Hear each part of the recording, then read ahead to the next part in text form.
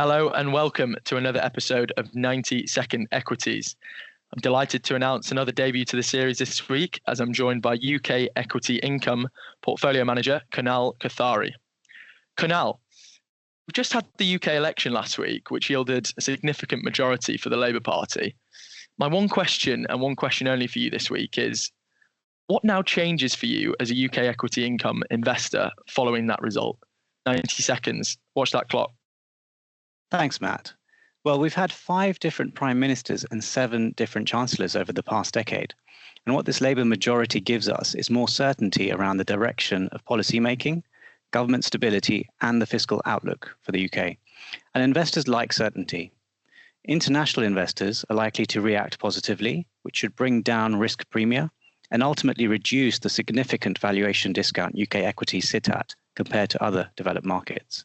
A discount that's been persistent since the Brexit vote in 2016. This could mean, for example, higher valuations over time for banks, real estate, leisure and retail companies. We also know from their manifesto that the Labour Party are likely to be relatively fiscally prudent, aim for closer trade ties with the EU, and unveil a range of measures to boost the supply side of the economy.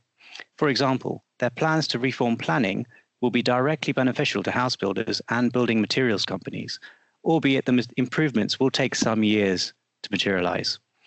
Finally, let's not forget that the UK market is very international, with most of the domestic focus in the small and mid-cap part of the stock market, which has been under a lot of pressure in recent years. These smaller companies should benefit disproportionately. All in all, we now have a constructive setup for UK equity investors in the coming years, politically and hopefully in time, monetarily too, if interest rates come down. Okay. Thanks, Kunal. Very interesting indeed. And we'll sort of have to keep an eye on how the Labour Party do over the coming weeks, months, and even years as well.